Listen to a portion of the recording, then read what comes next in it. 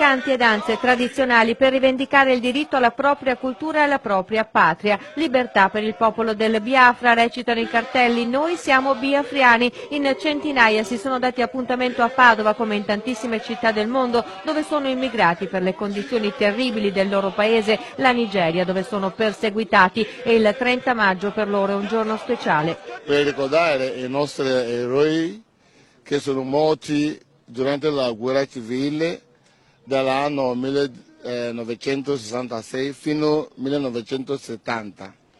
C'è tanta gente che hanno morti, più di 3,5 milioni della gente della Biafra.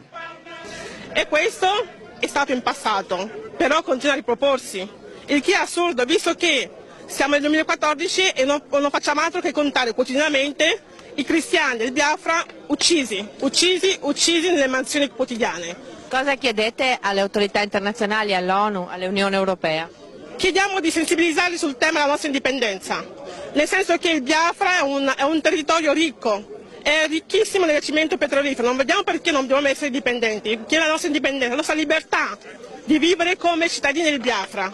Il Biafra si trova nel sud della Nigeria, è una terra ricchissima ed è l'area più cattolica del paese, famoso in questi giorni per il rapimento di 300 studentesse da parte dei fondamentalisti islamici di Boko Haram, che tengono prigionieri anche 2 missionari veneti. I cattolici sono perseguitati, ci raccontano queste persone, e la gente scappa per sopravvivere. Se vedi intorno a noi, nell'Italia qui stessa, c'è una emarginazione totale, un'invasione di immigrati dovuta anche al fatto che non c'è più un benessere nel proprio territorio.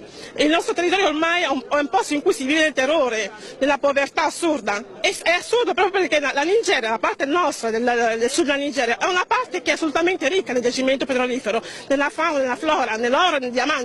Non capiamo come mai, pur essendo così ricchi, sia per assurdo siamo anche gli emusilanti. Questo è assurdo. Allora, nella giornata di oggi riproponiamo la sensibilità da parte del Vaticano, dello Stato del Vaticano, di vedere quello che sta accadendo ai cristiani. Se vede l'immagine che noi proponiamo, sono tutti individui e civili biafrani uccisi, bruciati nelle chiese, bruciati durante le attività quotidiane, uccisi mentre erano liberamente per la strada. E ciò è assurdo. Il Vaticano deve anche dire che i cristiani non vadano uccisi così in maniera assurda. Non sono animali, ma sono esseri umani.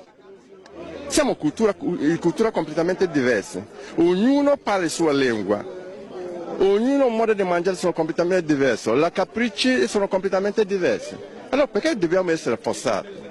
Allora chiediamo questo al governo italiano, anche altri paesi occidentali, di aiutare a fare qualche cosa, perché se no l'invasione sarà doppia.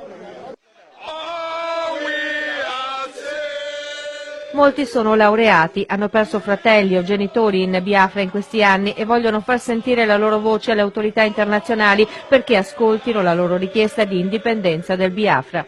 La nostra parte stiamo bene per noi, a noi non c'è bisogno di venire qua per fare qualche lavoro.